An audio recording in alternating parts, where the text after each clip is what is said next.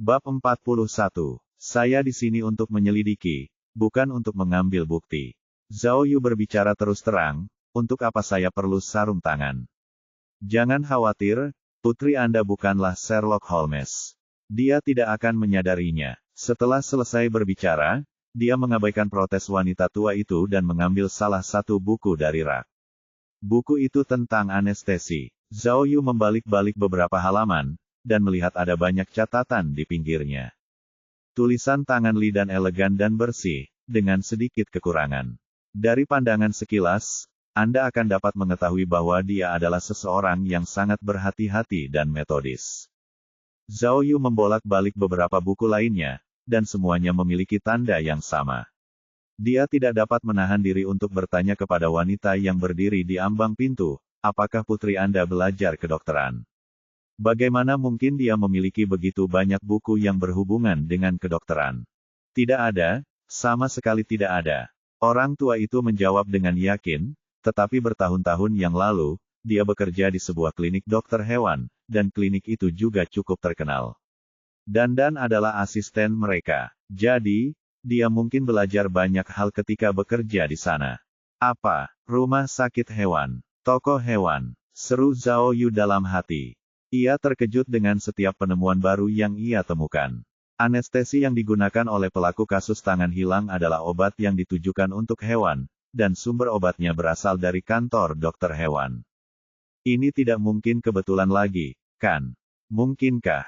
Li dan ini, pikir Zhao Yu. Ia meletakkan buku itu dan mengamati seluruh ruangan. Entah mengapa, ia terus bertanya-tanya ada sesuatu yang lebih penting di ruangan itu. Nyonya tua, Zhao Yu berpikir sejenak, lalu bertanya, apakah rumahmu punya internet?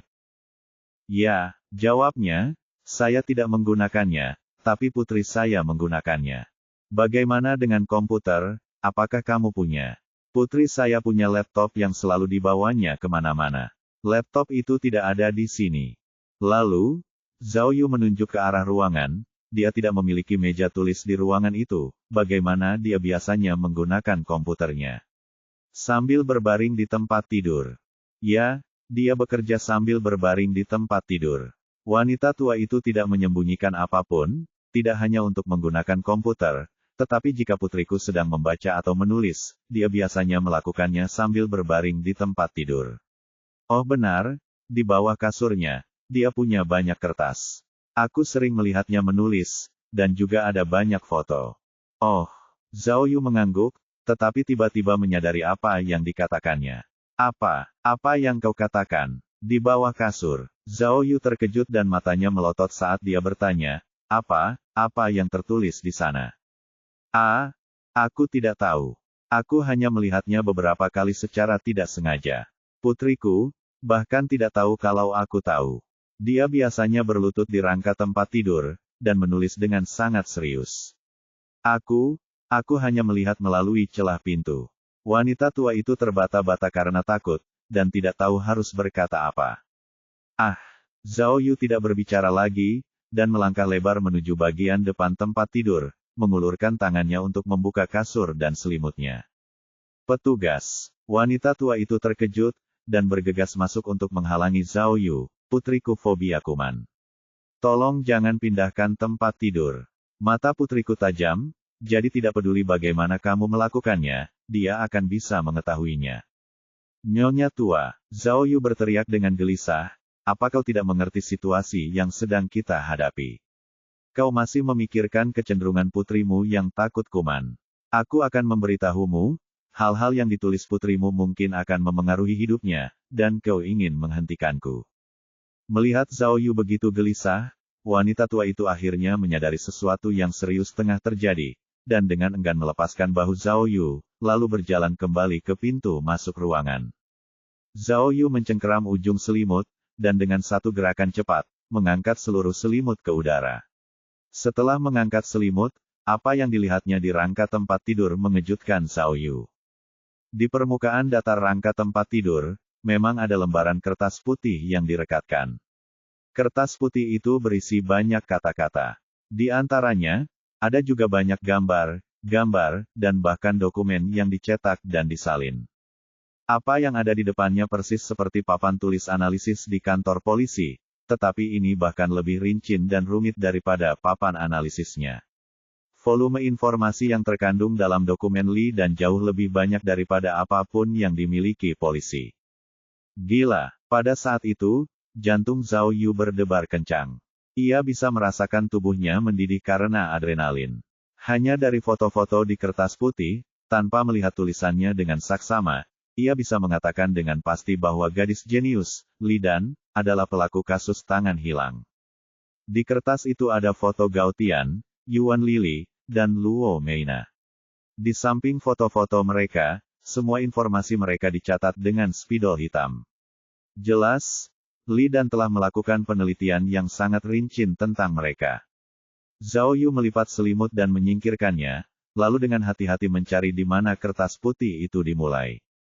Ia melihat bahwa di bawah foto Gao Tian terdapat cetakan foto hitam putih yang memperlihatkan saluran ventilasi. Di bawah gambar-gambar itu juga terdapat informasi terperinci yang menjelaskan tanggal, posisi, dan banyak lagi. Semua informasi itu sangat cocok dengan berkas kasus Gao Tian. Orang bisa tahu bahwa tangan Gao Tian pasti telah dipotong oleh Li Dan. Ya Tuhan, Zhao Yu membolak-balik informasi itu, dan menyadari bahwa ia telah menghubungkan semua poin dari kasus tangan hilang. Ketika ia akhirnya memahami modus operandi Li Dan, ia tercengang sekali lagi. Rencana Li Dan sangat terperinci hingga membuatnya gila. Itu adalah kejahatan yang sempurna. Dia telah merencanakan serangannya berbulan-bulan sebelum itu terjadi. Menggunakan Gao Tian sebagai contoh, Li Dan tahu bahwa Gao Tian akan datang ke Kinsan untuk mendengarkan konser musik, dan bahkan tahu nomor tempat duduknya. Dia bahkan tahu bahwa setelah konser selesai, Gao Tian pasti akan menggunakan terowongan bawah tanah itu, dan bahwa terowongan itu tidak memiliki kamera pengintai di dalamnya. Karena tempat duduk Gao Tian berada di dekat bagian depan, dia akan berada di ujung antrean saat para penonton meninggalkan tempat itu. Zhao Yu memperkirakan bahwa Li Dan mungkin juga telah membeli tiket pertunjukan, dan mengikuti Gao Tian setelahnya. Begitu konser selesai, dan Gao Tian memasuki terowongan, Li Dan membuatnya pingsan saat tidak ada yang memperhatikan, lalu menyeretnya ke ruang distribusi daya di dalam terowongan.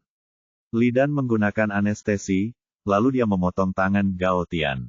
Hal yang paling gila adalah setelah kejahatan itu, Li Dan tidak melarikan diri dengan tergesa-gesa, tetapi pergi ke ruang ventilasi di sisi lain terowongan. Ruang ventilasi membantu sirkulasi aliran udara untuk gimnasium, dan mengarah ke banyak tempat lainnya. Li Dan menunggu di sana hingga fajar, lalu merangkak ke dalam terowongan. Menggunakan rute yang telah direncanakan sebelumnya, dia melarikan diri melalui pintu keluar dekat bagian kebersihan. Dia pergi tepat saat petugas sanitasi akan bekerja. Dia telah menyiapkan seragam sebelumnya, dan keluar saat banyak orang meninggalkan gedung olahraga. Tidak peduli seberapa baik petugas polisi yang memeriksa pengawasan, mereka tidak akan pernah bisa menemukannya.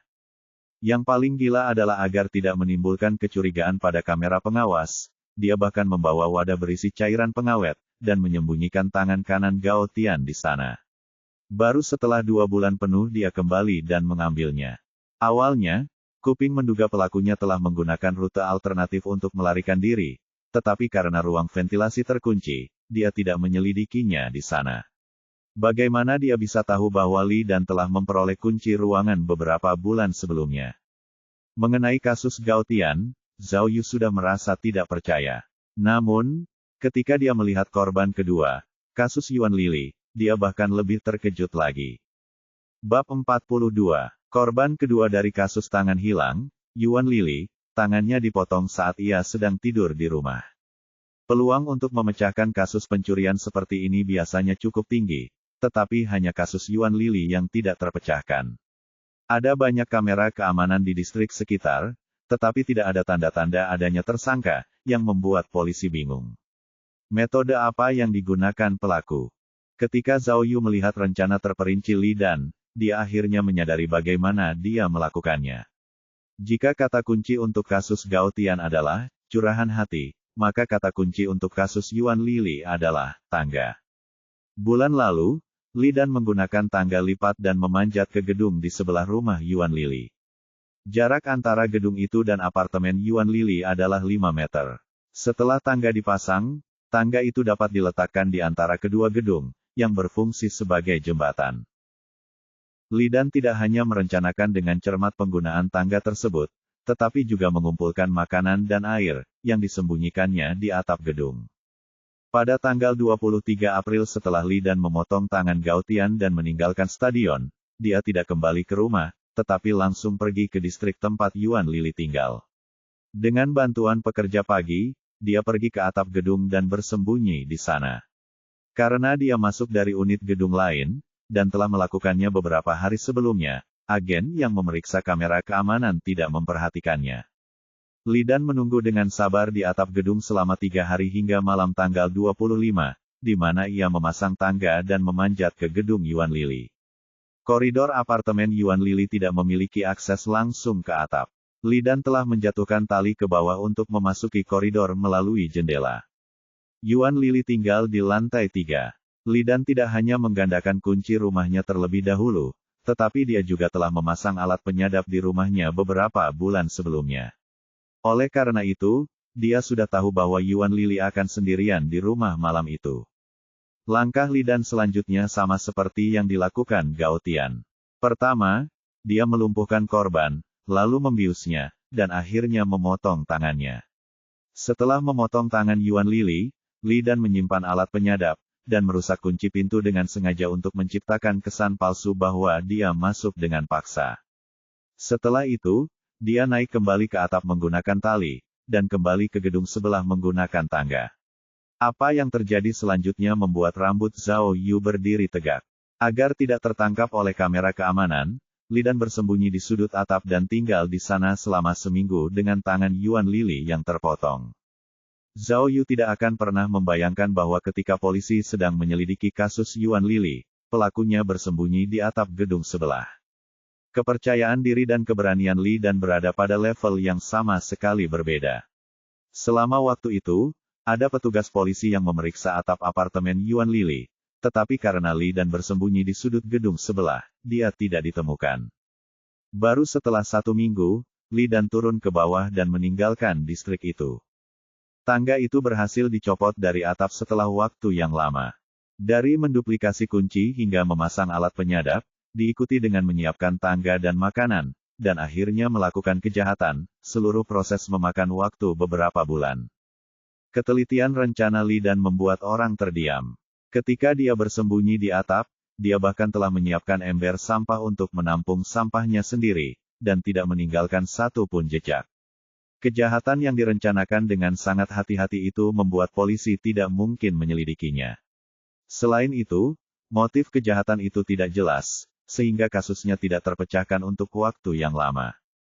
Melihat informasi di hadapannya, Zhao Yu merasa bingung sekali lagi. Modus operandi Li Dan, ketelitiannya, dan ketahanannya adalah cerminan yang tepat dari kebenciannya yang mendalam terhadap para korban.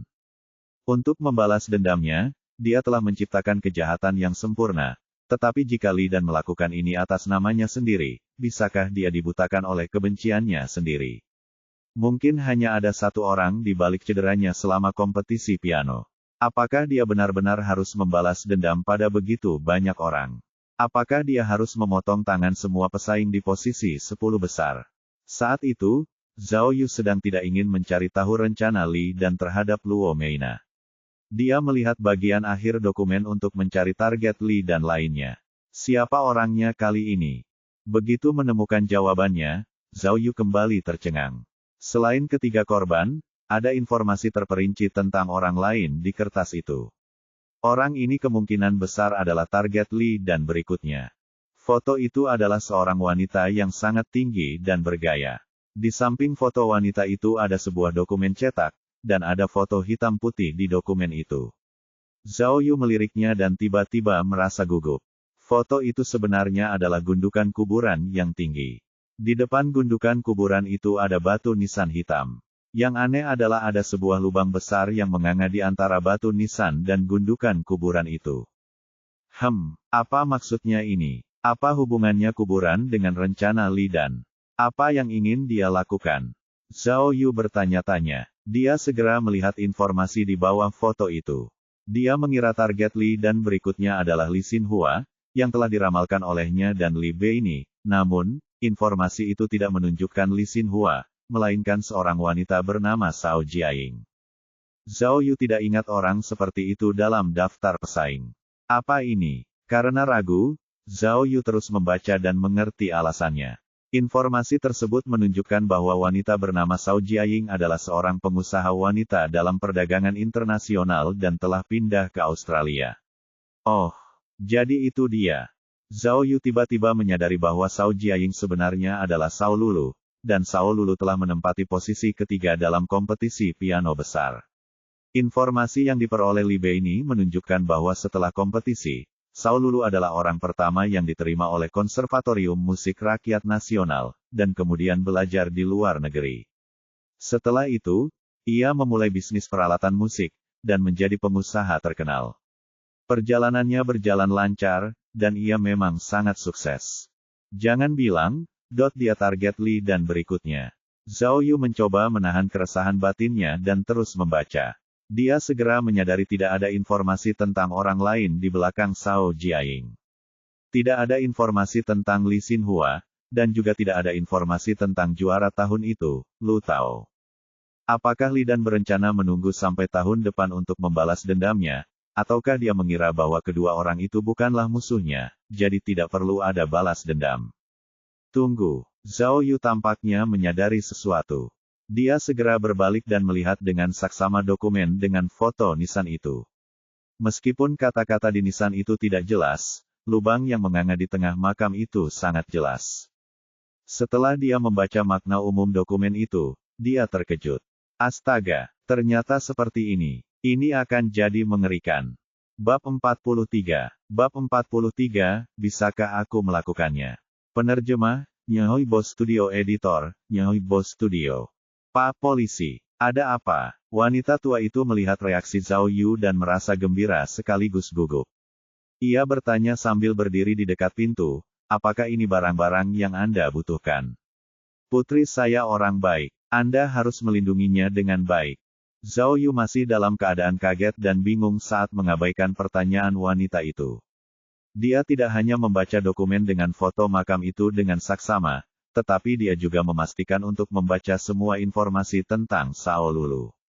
Seperti beberapa kasus terakhir, Li Dan telah melakukan penelitian dan perencanaan yang mendalam untuk tindakan selanjutnya. Tempat dengan kuburan yang runtuh adalah kunci rencananya saat ini. Ternyata, orang yang ada di makam pada dokumen itu adalah ayah Zhao Lulu. Ayahnya telah meninggal beberapa tahun yang lalu karena sakit mendadak. Kembali ke asal-usulnya, jasadnya dimakamkan di makam leluhur keluarganya. Beranikah Li Dao mengubah makam itu? Sebelumnya, dia menggali lubang di kuburan, lalu memalsukan dokumen resmi dan mengirimkannya kepada Zhao Lulu.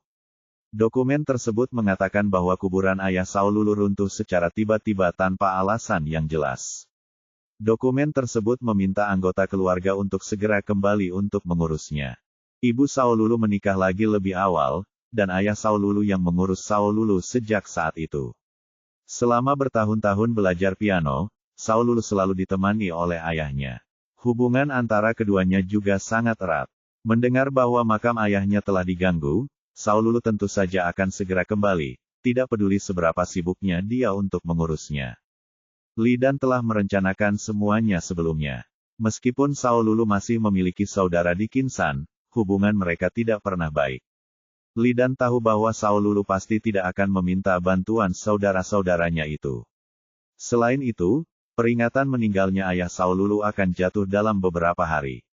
Apapun yang terjadi, dia akan kembali untuk memberi penghormatan terakhir. Karena ada masalah dengan makam ayahnya, dia jelas akan mengurusnya sendiri, dan juga akan datang lebih awal. Informasi yang diberikan Li Dan sangat lengkap. Zhao Lulu masih lajang, tanpa pacar. Jika dia kembali ke Qinsan untuk mengurus makam, maka urusannya di Australia pasti sedang diurus oleh orang lain, jadi kemungkinan besar dia akan kembali ke Qinsan sendirian, yang memberi Li Dan kesempatan yang sempurna untuk menjalankan rencananya. Yuan Lili telah diserang pada tanggal 26 April tahun lalu.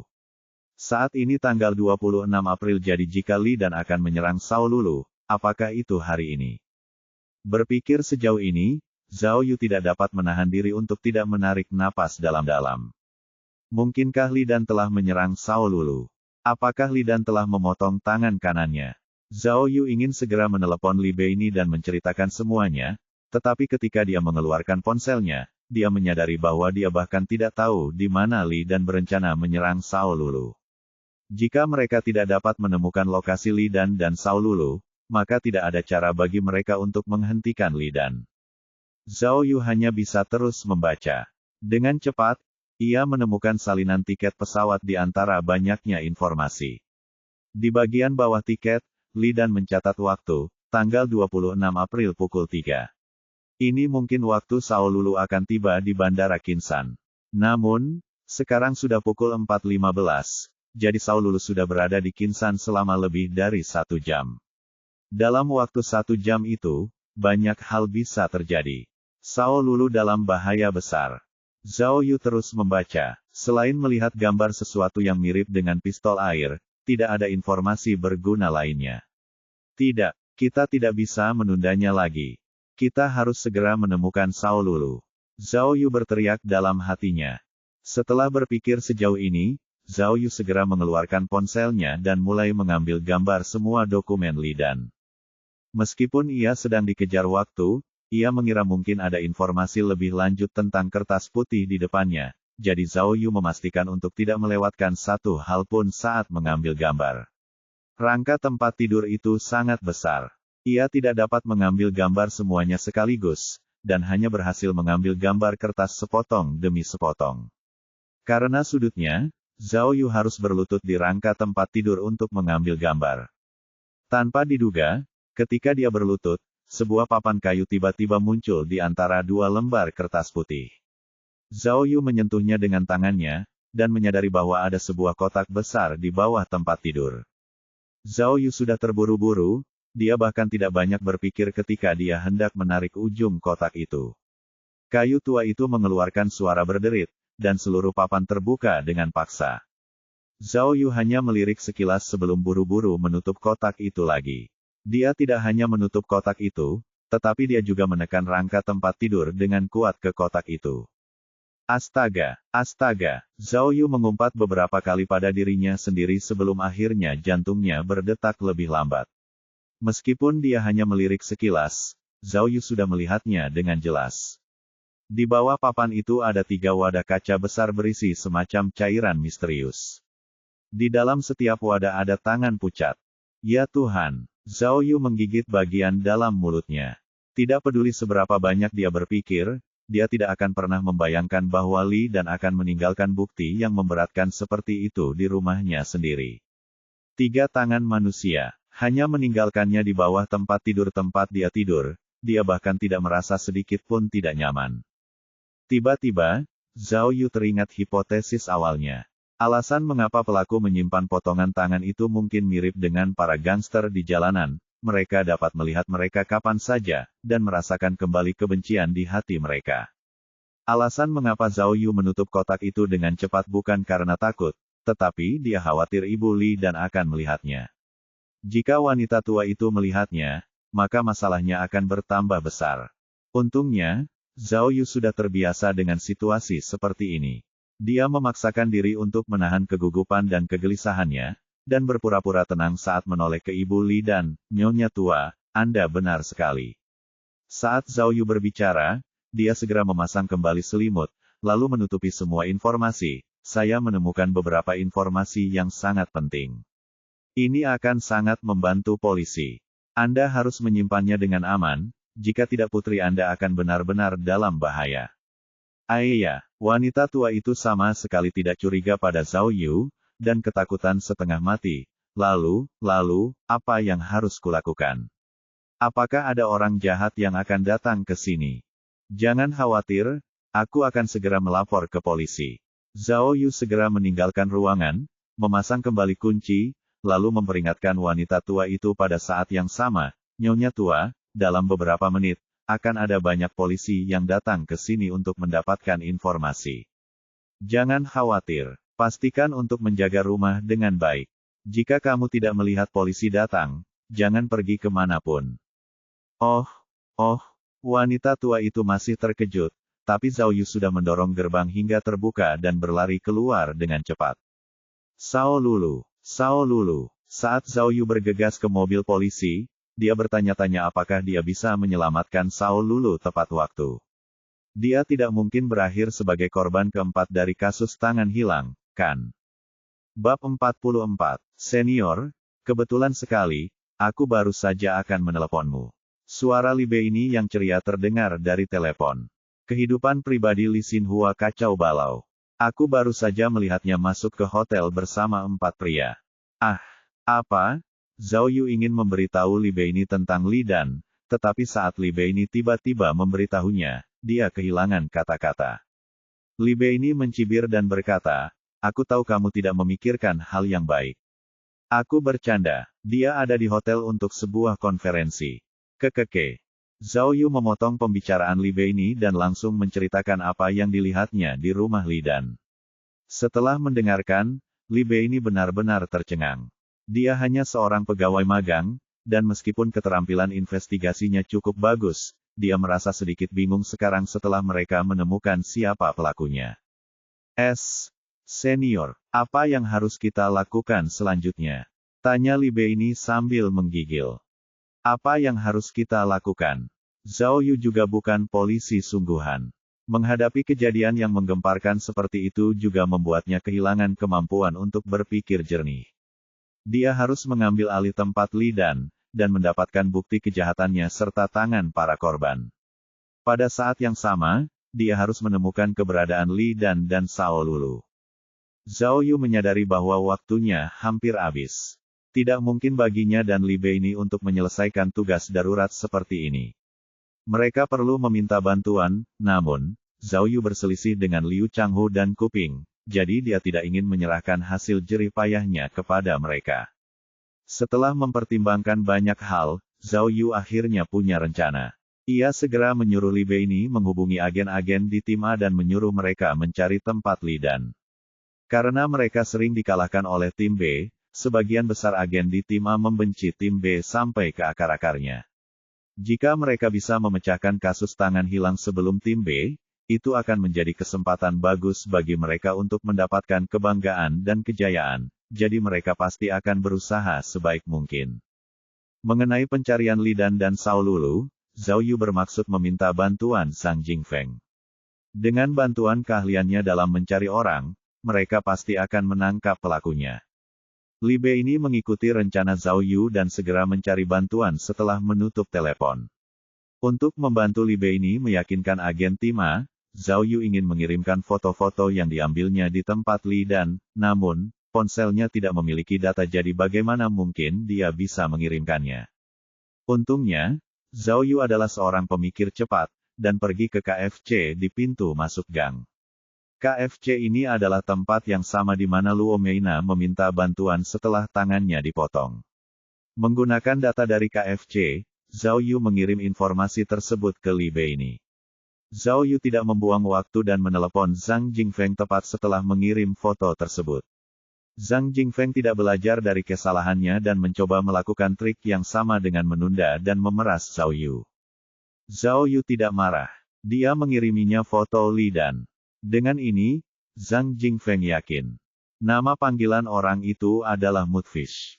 Bagaimana dia bisa menyadari manfaat yang ditimbulkan oleh keterlibatannya? Jika dia mampu membantu Zhao Yu menangkap pelaku kasus tangan hilang, dia pasti akan menjadi aset yang berharga. Ini adalah kasus tangan hilang yang terkenal. Jika dipecahkan, dia tidak akan dikirim ke tim polisi lalu lintas. Setelah menyadari hal itu, Zhang Jingfeng sangat marah. Dia segera memberitahu Zhao Yu untuk menunggu sebentar dan dia akan segera menanganinya. Zhao Yu tahu bahwa kali ini, tunggu sebentar, adalah yang sebenarnya. Zhao Yu hanya menunggu selama 5 menit dan Zhang Jingfeng meneleponnya kembali. Bro, kita punya tantangan kali ini. Zhang Jingfeng terdengar mengetik dengan marah di keyboard, Li Dan ini sangat berhati-hati.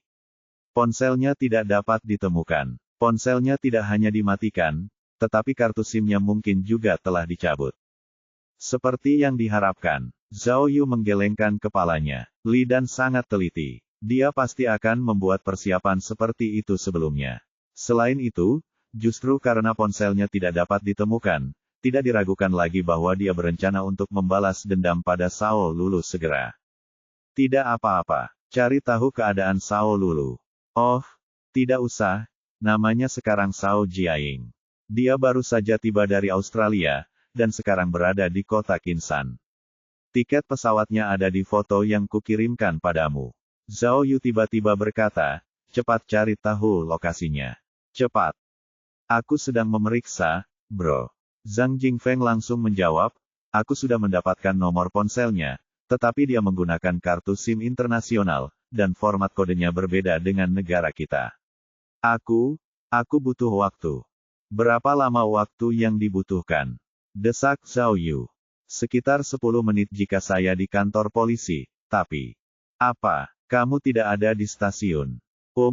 Aku sedang menggunakan komputer di pusat biliar. Sial, kalau kau mati, aku pasti akan membeli meja biliar untuk dikubur bersamamu. Umpat Zhao Yu. Aku akan bergegas, beri aku waktu 15 menit, 15 menit saja, oke. Pinta Zhang Jingfeng. Zhao Yu berpikir dalam hati, 15 menit lagi dan tangan Sao Lulu bisa saja hilang. Namun dalam keadaan seperti itu, dia tidak punya pilihan selain menunggu dengan sabar.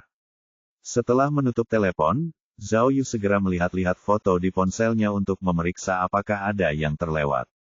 Tiba-tiba, dia teringat sesuatu. Dia ingat saat melihat 3 botol kaca dengan tangan di bawah tempat tidur Li dan ada ruang kosong.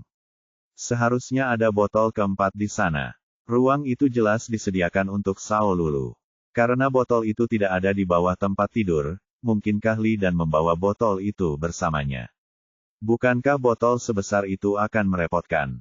Atau apakah Li dan meletakkan botol itu di tempat lain seperti yang dia lakukan sebelumnya? Di mana itu? Bandara. Tidak mungkin. Ada begitu banyak orang di bandara. Li dan tidak akan menyerang di sana tidak peduli seberapa cakapnya dia.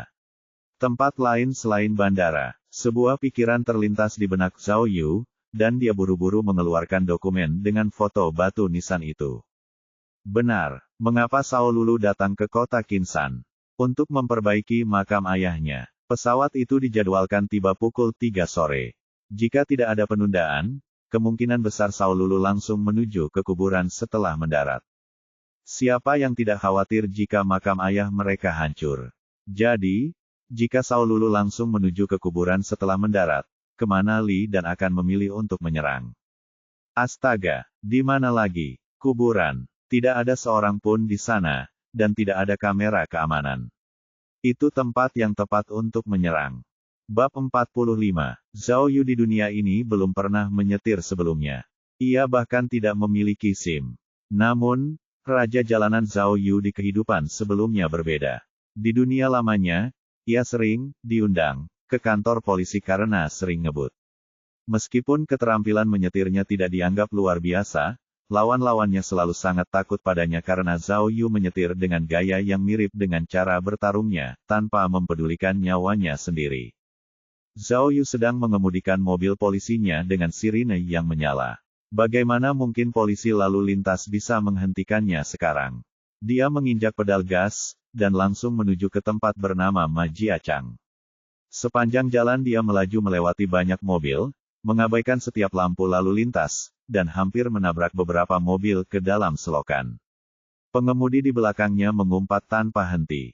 Tentu saja, alasan mengapa Zhao Yu mengemudi dengan ceroboh adalah karena dia dalam keadaan darurat. Majiachang adalah kuburan yang cukup terkenal di Kinsan, dan merupakan rumah makam ayah San Lulu. Dia bergegas untuk menyelamatkan seseorang. Meskipun Zhao Yu hanya butuh 10 menit untuk sampai ke Majiachang, area kuburan itu cukup besar, dan dia tidak tahu di mana posisi pasti kuburan San Lulu.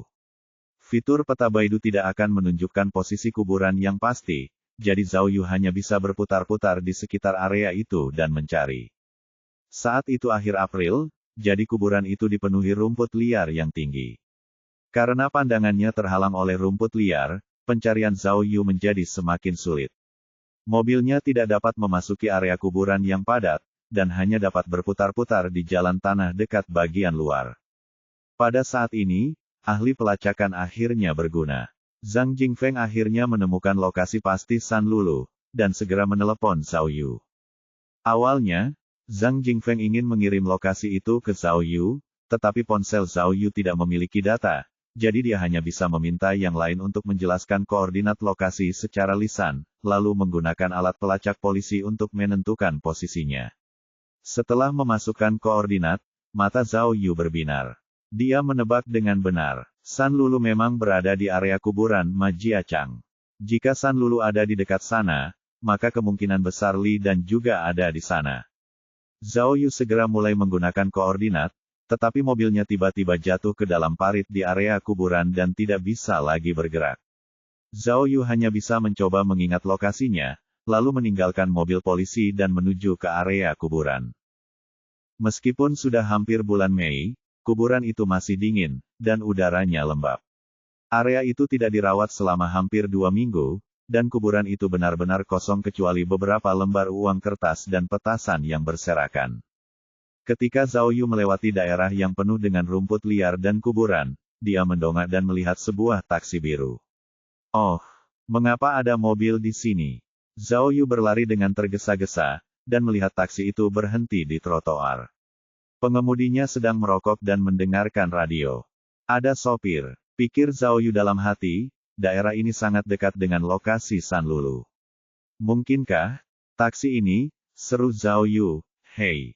Dia bergegas menghampiri dan mengeluarkan lencana polisinya. Saya seorang polisi. Katakan padaku, apa yang kamu lakukan di sini? Melihat orang yang masih hidup melompat keluar dari kuburan, dengan sikap yang begitu bersemangat, pengemudi itu sangat terkejut. Wajahnya hampir berubah menjadi hijau, dan dia hampir membakar dirinya sendiri dengan rokoknya.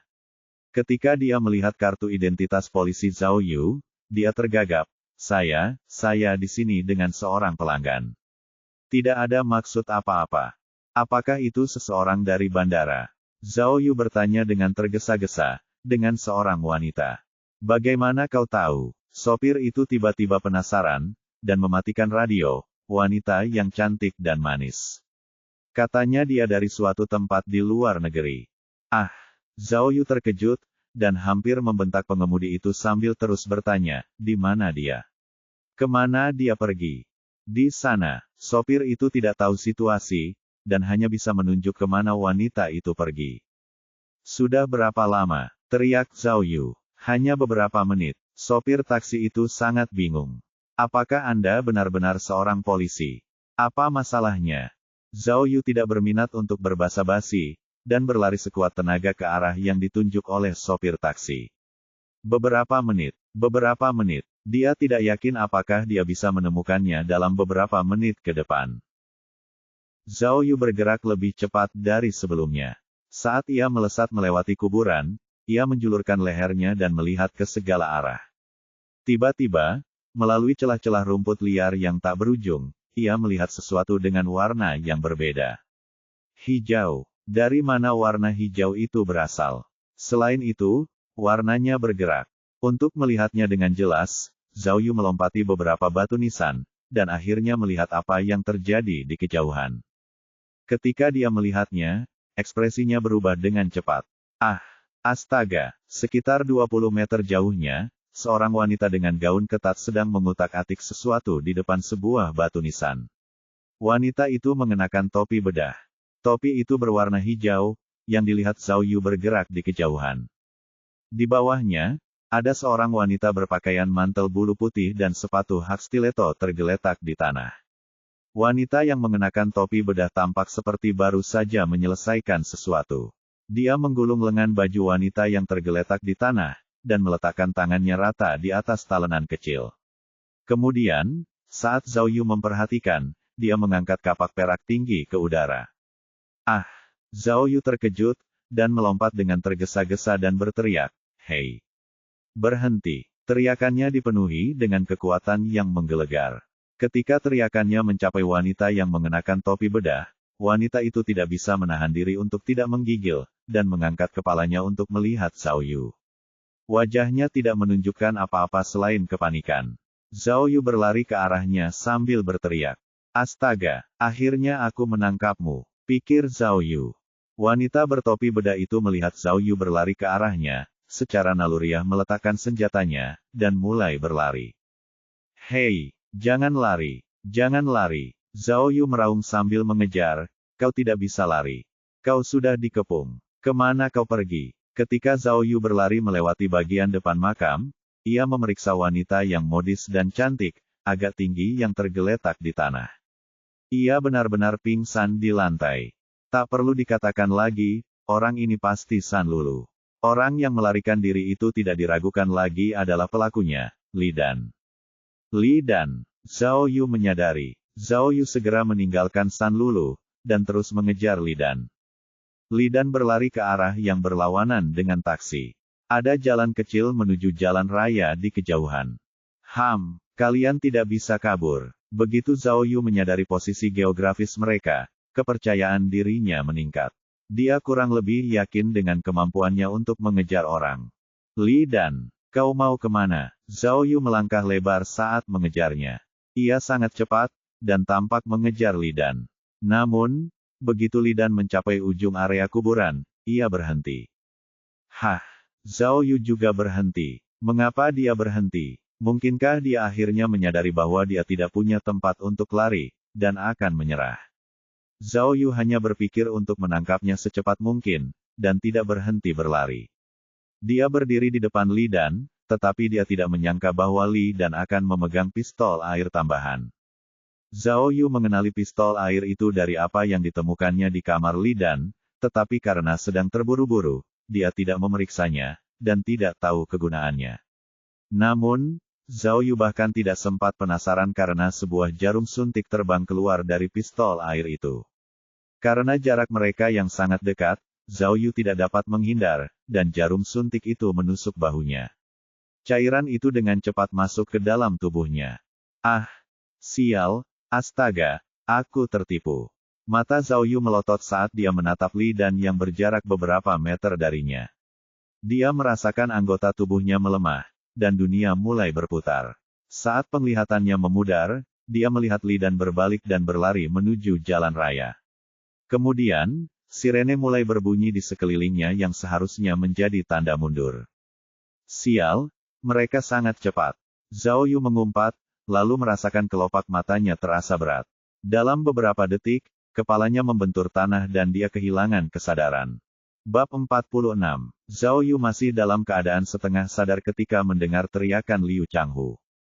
Kau benar-benar keterlaluan. Hal besar seperti ini telah terjadi, dan akulah orang terakhir yang mengetahuinya. Apakah kau masih menganggapku sebagai atasanmu? Meskipun aku bukan pemimpin sementara, aku tetap atasanmu. Mengapa aku tidak diberitahu sebelumnya? Aku tidak berbeda dengan penonton sekarang. Apa yang kau pikir kau lakukan? Dengarkan baik-baik, jika pelakunya tidak tertangkap, tidak seorang pun dari kalian akan hidup dengan baik. Mendengar suara Liu Changhu yang mengganggu, Zhao Yu membuka matanya dan menyadari seluruh tubuhnya lemah dan tidak bisa bergerak. Kepala Wang, apakah petugas Zhao baik-baik saja? Suara khawatir Li Bei ini terdengar di telinga kiri Zhao Yu. Jangan khawatir, ini bukan masalah besar. Suara wanita lembut terdengar di telinga kanannya, ini hanya obat bius yang bekerja cepat. Dengan dosis yang sangat kecil, saya perkirakan dia akan bangun dalam beberapa menit. Tepat saat kepala Wang mengakhiri kalimatnya, Zhao Yu membuka matanya dan menggelengkan kepalanya. Hei, kau sudah bangun. Li Bei ini berteriak kegirangan, kau benar-benar sudah bangun. Pada saat itu, Zhao Yu tiba-tiba teringat apa yang telah terjadi. Astaga. Aku dijatuhkan oleh seorang wanita kecil. Pistol air itu sebenarnya adalah pistol anestesi yang kuat. Zhao Yu segera bangkit dari tanah dan ingin memeriksa apa yang telah terjadi pada Li Dan. Apakah dia melarikan diri, atau apakah dia tertangkap? Namun, obat itu masih tertinggal di dalam tubuhnya, dan kakinya tidak mampu menopang dirinya sendiri. Setelah bangun, dia terhuyung-huyung dan jatuh ke depan. Melihat Zhao Yu yang gemetar, kepala Wang bergegas untuk menahannya. Siapa yang mengira bahwa Zhao Yu telah menggunakan terlalu banyak kekuatan dan jatuh ke lantai bersama kepala Wang, menekannya di bawah tubuhnya. Yang lebih mengejutkan adalah tangan Zhao Yu menekan dadanya. Li Bei ini menyaksikan seluruh kejadian itu dan terlalu terkejut hingga tidak bisa berkata apa-apa. Kepala Wang adalah ahli patologi forensik utama dari Biro Identifikasi Forensik Kepolisian, Wang Fei. Meskipun namanya terdengar sedikit maskulin, dia benar-benar cantik. Usianya baru menginjak 30 tahun, dia secantik bunga, dan secantik bulan. Wanita anggun ini jelas merupakan salah satu wanita tercantik di kantor polisi. Dengan pesonanya yang luar biasa, dan suara lembut yang meluluhkan hati siapapun yang mendengarkan, dia adalah fantasi banyak agen pria di kantor polisi, namun, karena sifat pekerjaannya sebagai ahli patologi forensik, banyak orang tidak berani mendekatinya. Menurut gosip, Wang Fei telah bercerai beberapa tahun yang lalu karena sering berhubungan dengan orang mati. Zhao Yu telah memanfaatkan kecantikan wanita yang luar biasa. Dulu, ia terbiasa memanfaatkan wanita. Saat merasakan kelembutan wanita di telapak tangannya, ia tidak menarik tangannya, tetapi malah memanfaatkan kesempatan itu untuk meraihnya sekali lagi. Biasanya, seorang wanita akan menamparkan wajah Zhao Yu. Namun, kepala Wang tampaknya tidak keberatan. Dia merentangkan tangannya dan menatap Zhao Yu dengan penuh minat. Dia tampaknya bertanya kepada Zhao Yu, mari kita lihat berapa lama kau akan mencengkeramku. Hei, senior, Li Bei ini tidak tahan lagi. Dia memaksakan batuk dan menarik Zhao Yu berdiri. Pada saat itu, Zhao Yu akhirnya sadar kembali. Ia melihat sekeliling dan menyadari bahwa ia masih berada di kuburan. Setelah terjatuh, ia dan Wang Fei berlumuran lumpur.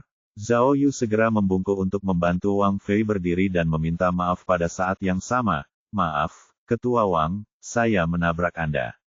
Saya benar-benar minta maaf, saya benar-benar tidak sengaja. Wang Fei menatap Zhao Yu dan tertawa. Aku pernah mendengar tentang detektif nakal di Tima, tapi aku tidak menyangka itu adalah kamu. Aku terkesan. Wang Fei tertawa penuh cinta tanpa sedikit pun rasa canggung. Menarik, aku suka, pikir Zhao Yu. Dia ingin terus menggoda kepala Wang, tetapi Liu Changhu bergegas menghampiri dengan marah. Zhao Yu, lihat apa yang telah kau lakukan. Dia menunjuk hidung Zhao Yu dan berteriak, sombong sekali kau. Kau telah mendapatkan petunjuk yang sangat penting dan kau tidak melaporkannya. Kau benar-benar berpikir kau adalah Lone Ranger. Apa sebenarnya yang kau pikirkan? Lihat, sekarang apa? Pelakunya telah melarikan diri. Hei, meskipun Liu Changhu berteriak padanya, Zhao Yu tidak memperhatikannya. Sebaliknya, dia meletakkan lengannya di bahu Li Bei ini dan berbisik pelan, mengabaikan Liu Changhu. Zhao Yu bertanya tentang perkembangan kasus tersebut. Li Bei ini memberitahunya bahwa ketika agen Tima menyita informasi kriminal Li dan 3 tangan, mereka menyadari betapa seriusnya situasi tersebut, dan segera melaporkannya kepada Kuping dan Liu Changhu. Ketika keduanya mengetahuinya, mereka berdua sangat marah dan terkejut. Mereka tidak pernah membayangkan bahwa Zhao Yu benar-benar akan mengungkap kebenaran di balik kasus tangan hilang, sehingga mereka segera menemukan lokasi Zhao Yu dan bergegas ke kuburan. Ketika mereka sampai di sana, mereka pertama-tama menemukan Zhao Lulu, yang telah pingsan karena anestesi, dan kemudian menemukan Zhao Yu yang tidak sadarkan diri. Adapun pelakunya, Li Dan, tidak terlihat sama sekali. Tidak mungkin. Zhao Yu mengingat kembali momen sebelum dia pingsan. Dia sudah mendengar suara sirine mobil polisi. Bagaimana Li Dan bisa melarikan diri jika dia tidak punya kendaraan? Melihat Zhao Yu sama sekali mengabaikan keberadaannya, Liu Changhu menjadi marah. Kalian, cepat beritahu petugas di pos pemeriksaan persimpangan jalan di sekitar area itu. Kita tidak boleh membiarkan pelakunya lolos. Suara Kuping mendekati Zhao Yu, pelakunya kemungkinan besar sudah mendapatkan tumpangan keluar dari sini. Dia tidak akan pergi jauh dalam waktu sesingkat ini, kita harus menangkapnya. Ya, anggota tim menerima perintah dan berlari keluar dari kuburan.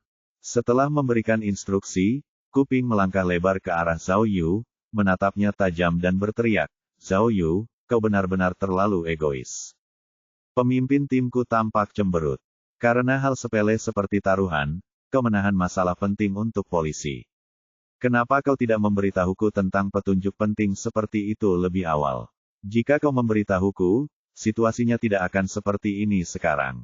Pelakunya pasti sudah diadili. Tapi lihat apa yang terjadi sekarang, tegur Kuping, dengan kemampuan pelakunya, jika dia meninggalkan Kinsan, akan sulit untuk menangkapnya di masa depan. Tepat sekali. Liu Changhu akhirnya mendapat kesempatan untuk mengomel, Zhao Yu. Kau pikir kau begitu hebat karena menemukan sedikit petunjuk. Biar ku beritahu, selama pelakunya tidak tertangkap, kasusnya tidak terpecahkan. Aku akan melaporkanmu ke atasan nanti. Tunggu saja hukumanmu. Kapten Liu, bukankah ini terlalu berlebihan? Li Bei ini tidak tahan lagi, dan berdiri di samping Zhao Yu. Petugas Zhao telah menemukan petunjuknya. Bahkan jika tidak ada hadiah, seharusnya tidak ada hukuman. Benar sekali, Kapten Liu.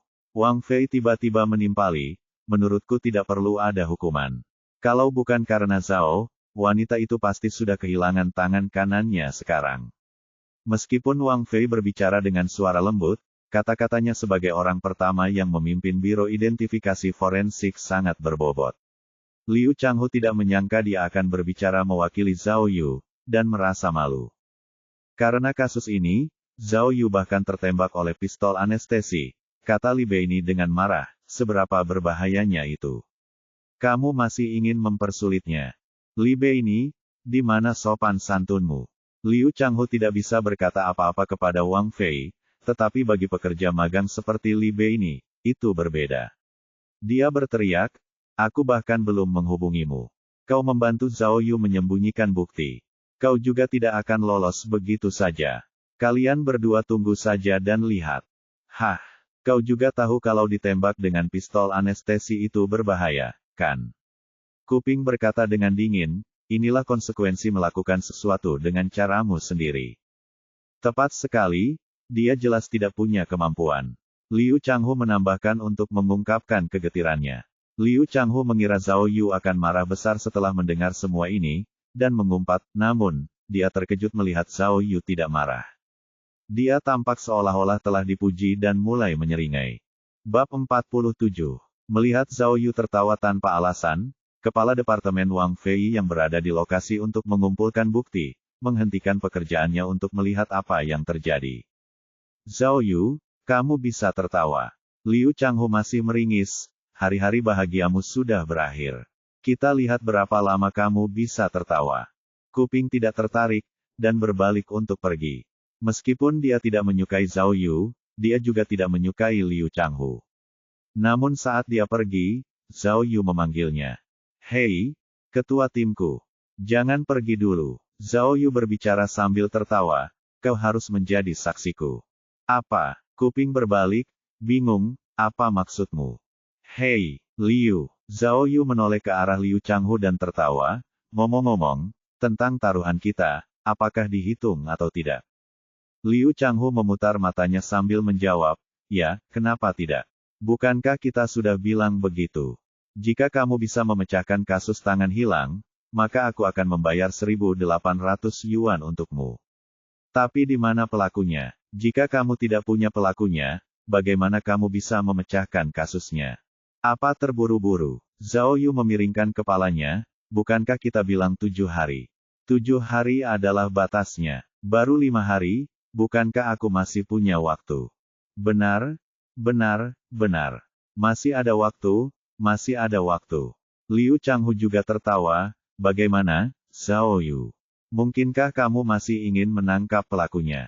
Baiklah, tapi aku akan mengatakannya sekarang, aku hanya akan menyelesaikan taruhan jika kamu secara khusus menangkap pelakunya. Jika itu orang lain, itu tidak masuk hitungan. Hehehe, aku hanya ingin janjimu. Zhao Yu menoleh ke kuping, kau sudah dengar, ketua timku. Kau harus menjadi saksiku. Setelah ini, aku akan pergi dan menangkap pelaku kasus tangan hilang dengan tanganku sendiri. Bagaimana kalau kita juga mengadakan kompetisi? Lihat siapa yang menangkap pelakunya terlebih dahulu. Mendengar ini, para polisi yang hadir tidak dapat menahan diri untuk tidak berbicara satu sama lain, menciptakan keributan. Di mata mereka, Zhao Yu sedang menggali kuburannya sendiri. Kuping memiliki akses ke semua jenis pengawasan, blokade jalan, dan patroli. Bagi Zhao Yu, menangkap pelakunya di hadapannya adalah tugas yang hampir mustahil. Baiklah, Kuping juga diejek oleh Zhao Yu, dan mengejeknya, sepertinya, aku hanya bisa mendoakanmu semoga beruntung.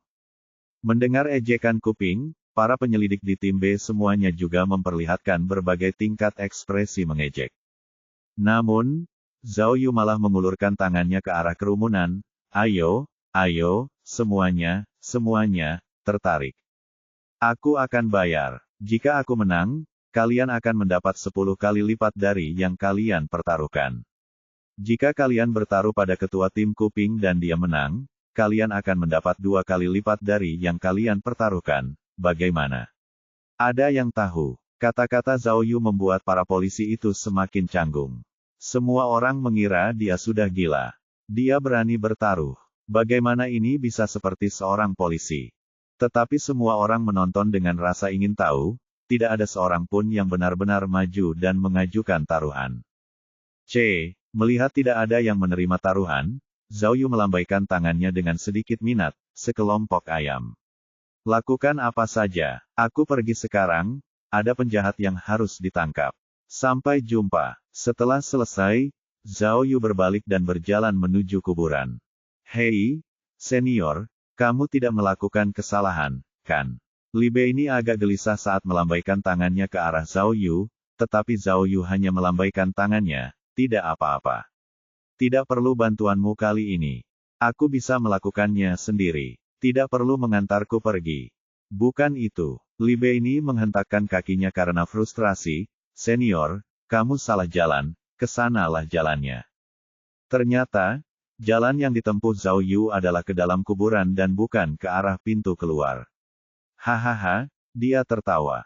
Para penyelidik di tim B mengira Zhao Yu masih berada di bawah pengaruh anestesi, dan tak dapat lagi mengendalikan diri sambil membungkuk dan tertawa.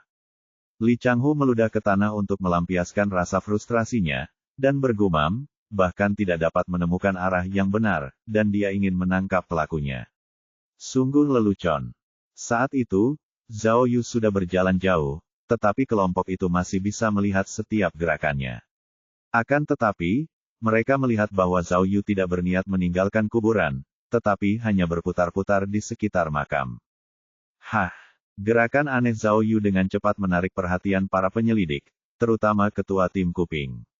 Sebelumnya dia berniat untuk pergi, tetapi melihat Zhao Yu berkeliling di sekitar makam, wajahnya juga menunjukkan kebingungan. Zhao Yu itu, apa yang sedang dia rencanakan? Tiba-tiba, saat semua orang sedang teralihkan, mereka melihat Zhao Yu berhenti di depan sebuah makam. Kemudian, seolah-olah dia telah menemukan sesuatu, dia tiba-tiba mulai menendang makam itu. Wow, para penyelidik semua tercengang, dan berpikir dalam hati, Zhao Yu, orang ini, apakah dia benar-benar gila? Setelah dia menendang makam itu beberapa kali, Zhao Yu tiba-tiba melompat ke depan dan menghilang. Kemana dia pergi? Mustahil. Mungkinkah dia jatuh ke dalam makam?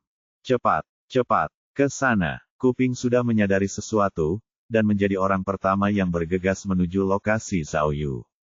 Para penyelidik lainnya mengikuti, termasuk Liu Changhu, Wang Fei, dan yang lainnya. Ketika rombongan itu sampai di depan makam, semua orang terdiam dan tercengang. Tanpa diduga, sisi makam itu memiliki pintu masuk berdiameter hampir setengah meter.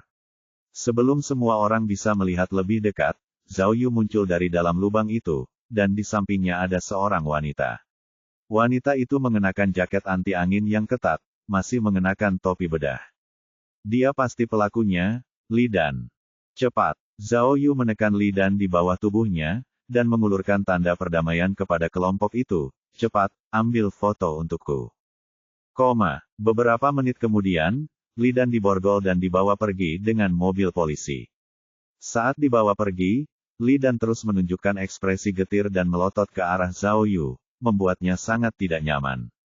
Mengira bahwa dialah wanita yang telah memotong tangan 3 korban, Zhao Yu tidak merasakan apapun kecuali rasa dingin di tulang punggungnya. Li Bei ini menamparkan punggung Zhao Yu dengan keras, membuat Zhao Yu menggigil. Ya Tuhan, oh, ternyata kau membuatku takut. Zhao Yu meletakkan tangannya di dadanya. Itu benar-benar membuatnya takut. Tolong, kau boleh menyelam ke dalam kuburan, tapi kau takut padaku.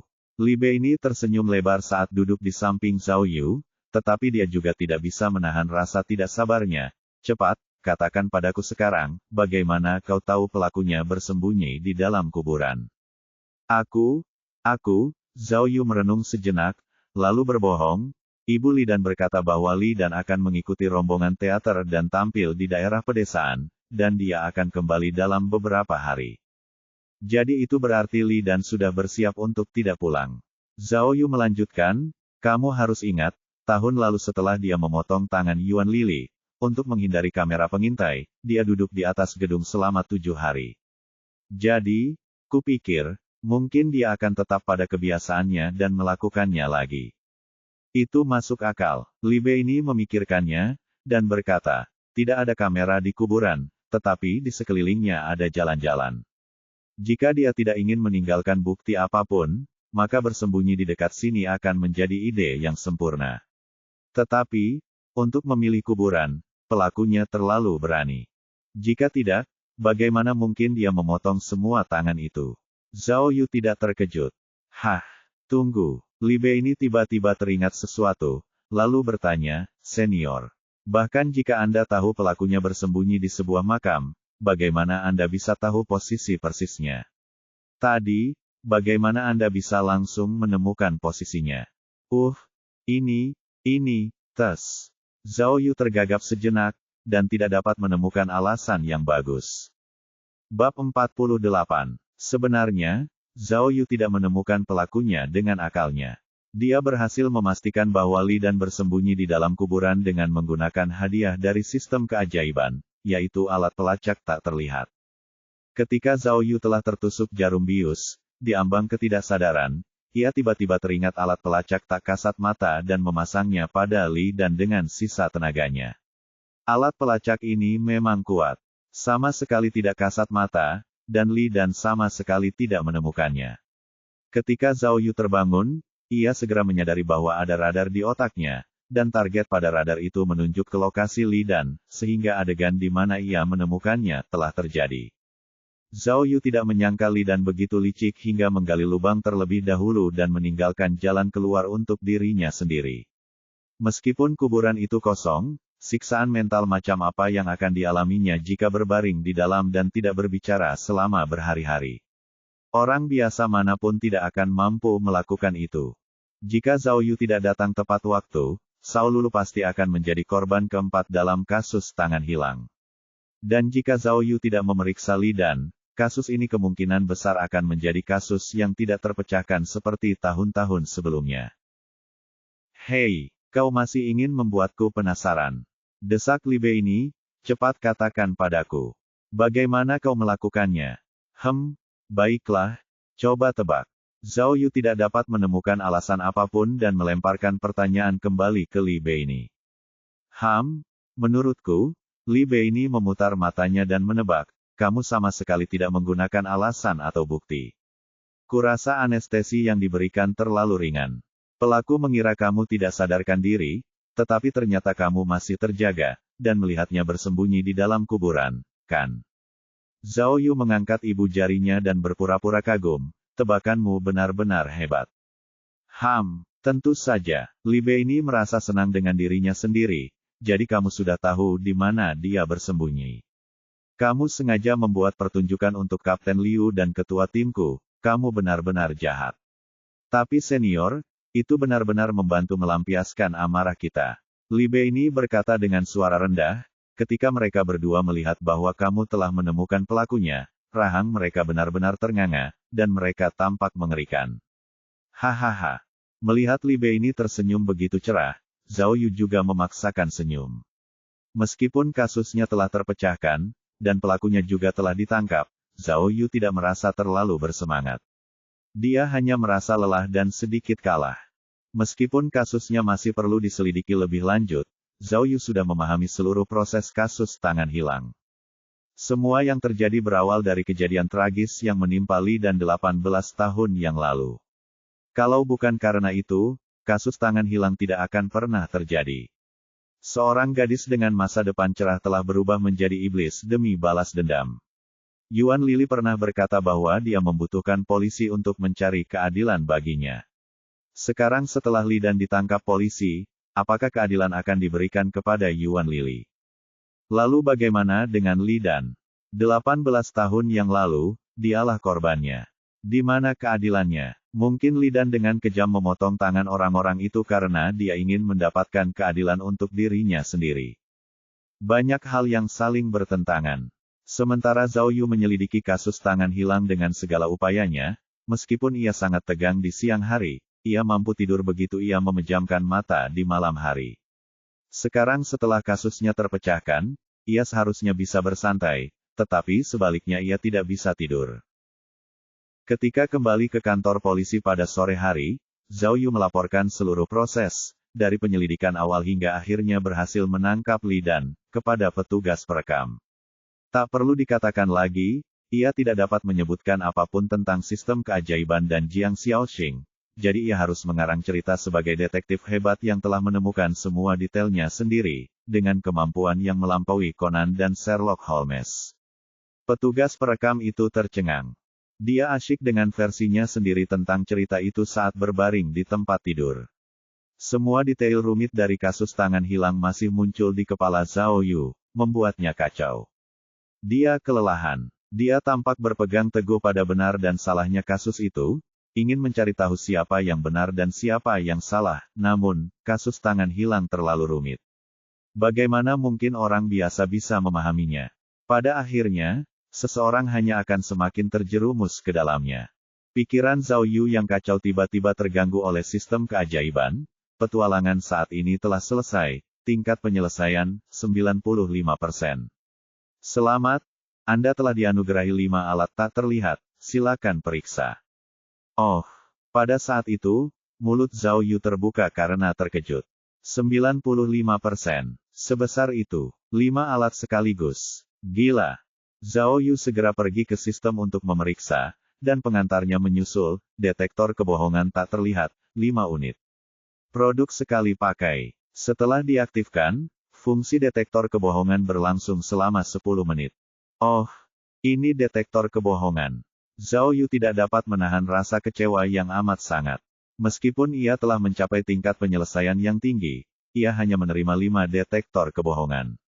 Benda ini, kalau dipikir-pikir lagi alat-alat yang pernah diterimanya sebelumnya, seperti alat penyadap, alat pelacak, kunci multifungsi, dan sekarang alat pendeteksi kebohongan, sepertinya sistem keajaiban sedang berusaha menjadikannya seorang agen rahasia.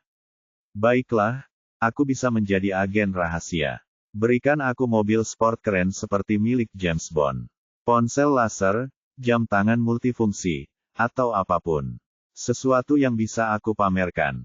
Beralih pikiran, barang-barang yang telah dia dapatkan sebelumnya memang berguna dalam beberapa hal. Jika dia tidak menggunakan alat pelacak di kuburan, bagaimana dia bisa menangkap Li Dan? Dia berdecak. Baiklah, lebih baik daripada tidak sama sekali. Siapa tahu, di masa depan barang-barang ini mungkin berguna. Setelah menyimpan barang-barang itu, Zhao Yu merenungkan sistem keajaiban secara terperinci. Setelah beberapa hari berturut-turut memahami, Zhao Yu memperoleh pengetahuan yang lebih dalam tentang sistem keajaiban.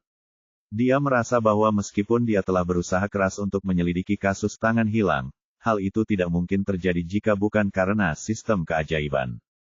Jika bukan karena sistem keajaiban, dia tidak akan pergi ke konferensi orang tua Jiang Xiaoxing dan menghubungkan kasus tangan hilang ke piano dari sana. Jika bukan karena sistem keajaiban, dia tidak akan masuk ke kamar Yang Hong dan mendapatkan informasi tentang keajaiban piano, Li Dan. Dan jika bukan karena alat yang dihadiahkan, dia tidak akan menangkap Li Dan sendiri. Tentu saja, selalu ada dua sisi dari segala hal. Dari sudut pandang lain, jika Zhao Yu tidak berusaha keras dalam penyelidikan, bahkan dengan manfaat sistem tersebut, dia tidak akan mampu memecahkannya. Jika dia tidak terus-menerus memikirkan kasus tersebut, dia tidak akan pernah mengaitkan pemotongan tangan dengan piano. Bahkan jika Yang Hong telah memberitahunya tentang keajaiban piano itu, dia mungkin tidak akan memperhatikannya. Dengan kata lain, jika Zhao Yu tidak berusaha keras dalam menyelidiki kasus tersebut, bahkan jika pelakunya berdiri tepat di depannya, dia mungkin tidak akan tahu bahwa orang itu adalah pelakunya. Zhao Yu merasa bahwa sistem keajaiban sama sekali tidak membuat perhitungan ilahi, dan tidak ada yang namanya keberuntungan atau nasib buruk. Sistem tersebut hanya menyediakan berbagai pertemuan bagi Zhao Yu, tetapi apakah pertemuan tersebut terwujud atau tidak, tergantung pada dirinya sendiri. Pada akhirnya, manusia akan menang atas alam. Bab 49. Sistem keajaiban diaktifkan. Heksagram Duizhen. Kebalikan dari guntur, terbelah dari dalam, tidak dapat membedakan antara 5 elemen. Situasi keuangan dapat berfluktuasi, dan mungkin ada kejutan di masa mendatang. Setelah serangkaian batuk hebat, Zhao Yu berhasil mengaktifkan sistem keajaiban pagi itu. Heksagram Duizhen, tanyanya. Zhao Yu mengingat ramalan lamanya, dan menyadari bahwa heksagram guntur tidak pernah ada. Apa yang dilambangkan oleh guntur? Meskipun heksagram, terbalik, telah muncul beberapa kali sebelumnya, Zhao Yu masih tidak dapat menebak maknanya. Mengenai penjelasan heksagram yang sulit, dia bahkan lebih tidak tahu apa-apa. Zhao Yu hanya dapat menuliskannya dengan hati-hati, berharap bahwa dia akan memahaminya suatu hari nanti. Alasan mengapa dia bangun pagi-pagi sekali bukanlah karena dia ingin berangkat kerja tepat waktu, tetapi karena Li Beini telah meneleponnya pagi-pagi sekali. Li Beini mengatakan bahwa Li Dan yang ditangkap kemarin, menolak untuk mengatakan apapun selama interogasi, dan hanya meminta untuk bertemu dengan polisi yang menangkapnya. Polisi yang dimaksud jelas adalah Yang Mulia, Zhao Yu. Zhao Yu tidak bisa menahan rasa penasarannya. Mengapa Li Dan membuat keributan karena ingin menemuinya? Apa yang ingin dia lakukan? Mungkin masih merupakan ide yang bagus untuk menemuinya karena meskipun mengetahui sebagian besar cerita di balik kasus tangan hilang, Zhao Yu masih memiliki banyak pertanyaan. Jadi setelah sistem keajaiban, Zhao Yu pergi ke ruang interogasi polisi pagi-pagi sekali. Ruang interogasi itu remang-remang dan sunyi, tetapi lampu di sana sangat terang. Pengaturan ini dimaksudkan untuk memengaruhi mentalitas penjahat, mendorong mereka untuk mengaku lebih cepat. Ini bukan pertama kalinya Zhao Yu berada di ruang interogasi, tetapi dia selalu duduk di sisi lain meja. Sekarang dia berada di posisi terbalik, dia merasa sedikit baru di meja itu. Li Dan sedang duduk di kursi interogasi, kedua lengannya terikat. Kepalanya tertunduk, rambutnya yang panjang terurai acak-acakan di bahunya. Dia hampir tampak seperti hantu dari cerita horor.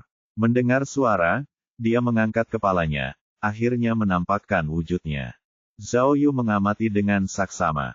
Li Dan tidak terlalu tinggi. Dagunya lancip, dan kulitnya halus dengan kilau tertentu.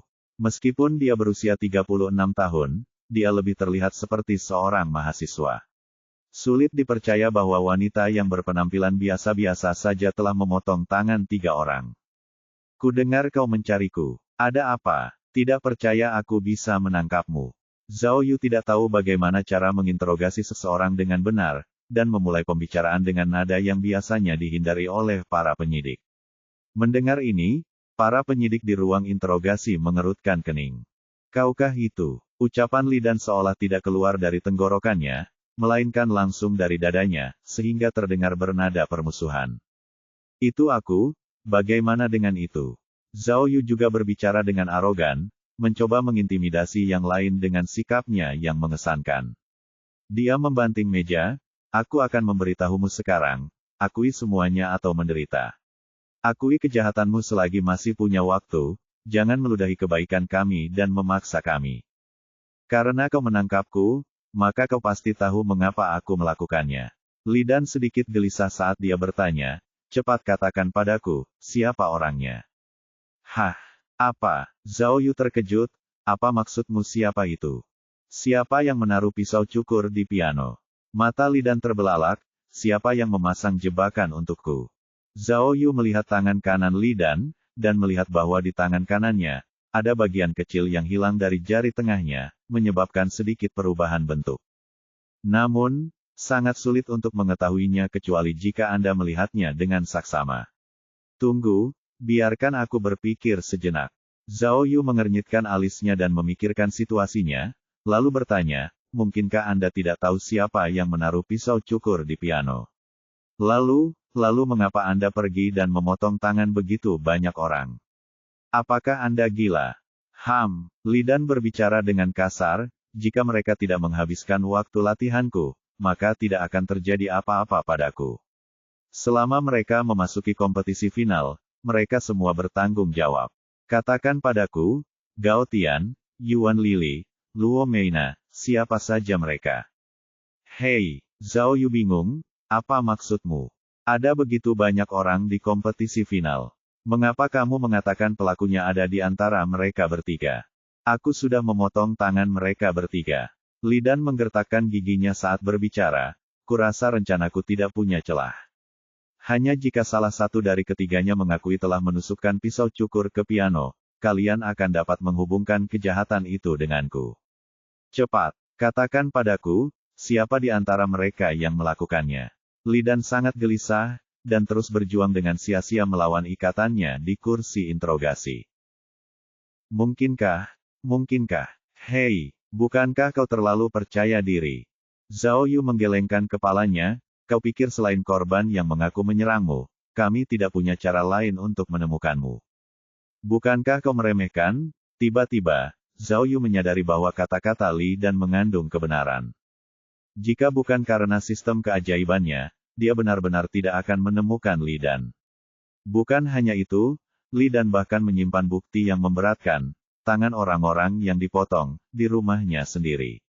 Bukankah itu lambang kepercayaan diri? Mengenai dua kasus pertama, kepolisian tidak dapat memecahkannya selama setahun penuh. Siapa yang bisa membayangkan bahwa sumber kasus tangan hilang adalah kompetisi piano 18 tahun sebelumnya? Baiklah, kau tidak perlu memberitahuku. Li Dan tertawa terbahak-bahak, aku sudah membalas dendam. Orang yang menyakitiku adalah salah satu dari ketiganya. Aku sudah memiliki tangan dan bukti di rumahku. Aku sepenuhnya siap untuk membawanya bersamaku. Sekarang, aku akan membiarkan dia merasakannya juga, perasaan kehilangan tanganmu. Tidak, kau salah. Zhao Yu menggelengkan kepalanya dan mendesah, tidak satu pun dari ketiga orang itu yang mengaku telah menyakitimu. Kau salah. Aku menggunakan metode lain untuk menemukan informasi tentangmu. Apa? Li Dan tercengang, metode apa? Itu tidak mungkin. Saya sudah tahu bahwa ketiga korban mengikuti kompetisi piano 18 tahun yang lalu saya menemukan seorang saksi yang menceritakan tentang Anda. Lalu, saya menemukan rumah Anda, dan menangkap Anda. Siapa? Tidak mungkin. Li Dan masih tidak percaya, tidak banyak orang yang tahu apa yang terjadi. Tidak banyak bukan berarti tidak ada. Zhao Yu menjawab, tapi karena sudah 18 tahun, mereka sulit ditemukan. Tapi tetap saja, balas Li Dan, bahkan jika kau menemukanku, bagaimana kau bisa tahu di mana aku tinggal? Ketika ibumu pergi ke rumah sakit untuk kemoterapi, dia menggunakan alamat aslimu. Apa? Li Dan terkejut, ibu saya yang menyelesaikan pendaftaran. Saya pikir dia menggunakan alamat di ID sosialnya. Sialan. Itulah sebabnya kami katakan tidak ada kejahatan yang sempurna. Kata Zhao Yu dengan bangga. Itu tetap salah. Li Dan terus membalas, bahkan jika semua yang kau katakan itu benar, aku tidak mencantumkan makam tempatku bersembunyi di informasi rumahku. Bagaimana kau menemukanku? Anestesimu sudah habis. Zhao Yu berbohong tanpa berkedip, meskipun aku pingsan, aku melihatmu berbalik dan merangkak ke dalam makam, jadi aku tahu. Tidak mungkin. Li Dan terus bergumam, tidak mungkin, dengan wajah gelisah. Tetapi tubuhnya merosot karena kecewa. Bab 50. Zhao Yu mengerti dua hal lagi. Pertama, pistol anestesi Li Dan telah dipersiapkan khusus untuk kejahatan tersebut. Karena dia tidak yakin apakah Sao Lulu akan memasuki makam sendirian, pistol anestesi itu akan berguna. Siapa yang mengira Zhao Yu akan menjadi satu-satunya yang tertembak pada akhirnya? Hal kedua adalah, selama bertahun-tahun sejak kompetisi piano, Li Dan tidak pernah berpikir untuk memotong tangan sebagai balas dendam, meskipun ia merasa dirampok. Baru pada bulan Januari lalu ia mengetahui bahwa ibunya menderita penyakit terminal. Hancur, dendamnya pun muncul ke permukaan. Zhao Yu menghela napas dalam-dalam dan berkata, "Kau sangat cakap, tetapi mengapa kau begitu bodoh memilih cara balas dendam ini? Kau bisa saja menangkap tersangka dan memaksa mereka untuk mengatakan kebenaran. Siapapun yang menyakitimu, kau potong tangannya. Setiap ketidakadilan pasti ada pelakunya, tetapi kau memotong tangan 3 orang. Bukankah itu sama saja dengan membunuh orang yang tidak bersalah? Apa katamu?" Li Dan tidak menyangka seorang polisi akan mengatakan itu dan merasa gelisah. "Aku bodoh. Aku tidak menginginkan nyawa mereka. Jika aku menyimpan satu untuk diinterogasi, bukankah aku akan langsung mengungkapkan diriku sebagai penjahat?" "Benar sekali." Zhao Yu mengangguk dan mengerutkan kening. "Aku hanya bingung. Kau punya kemampuan untuk melakukan kejahatan yang begitu arogan. Jika kau menggunakan kemampuan itu untuk menghasilkan uang, bukankah kau juga akan bisa menjalani kehidupan yang baik? Kenapa kau harus terobsesi dengan balas dendam? Kamu tidak tahu apa-apa, kamu tidak layak untuk menguliahiku." Li Dan bernapas dengan berat, "Kamu tidak mengalami rasa sakit yang sama seperti yang aku alami. Kamu tidak mengerti betapa dalamnya kebencian. Setelah tanganku terluka, aku tidak pernah bisa melihat piano dengan cara yang sama. Rasanya seperti melihat iblis. Hal yang sama persis dengan yang menjadi pusat hidupku. Bisakah kamu memahami rasa sakit yang lebih buruk dari kematian?" Dia melanjutkan, "Ayahku menaruh semua harapannya padaku, dan aku menghancurkan semua harapannya. Apakah kamu tahu betapa malu dan bersalahnya aku? Ayahku sudah tiada, dan ibuku menderita kanker. Semuanya telah diambil dariku. Apakah kamu mengerti keputusasaan itu?" Dia berteriak, "Dan bagaimana dengan mereka? Mereka semua kuliah di universitas terkenal dan menjalani kehidupan yang mewah. Jika itu kamu, apa perasaanmu?" "Memang, aku ingin membantai mereka."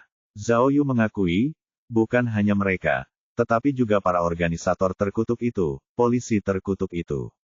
Jika mereka bekerja sama dan menyelidiki dengan saksama, keadilan akan ditegakkan. Aku bilang kamu harus memotong tangan mereka juga.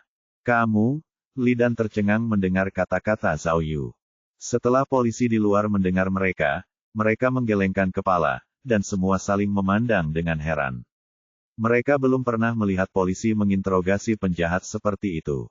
Tetapi, Zhao Yu tiba-tiba mengubah arahnya, "Sebelum aku membalas dendam, aku akan memikirkan keluargaku. Jika aku dipenjara, siapa yang akan mengurus mereka? Li Dan, izinkan aku mengatakan sesuatu, hati manusia tidak akan pernah kehilangan keseimbangan, dan kebencian tidak akan pernah melewati batas. Jika tidak, perbuatan buruk hanya akan menghasilkan konsekuensi buruk, dan sudah terlambat untuk menyesal."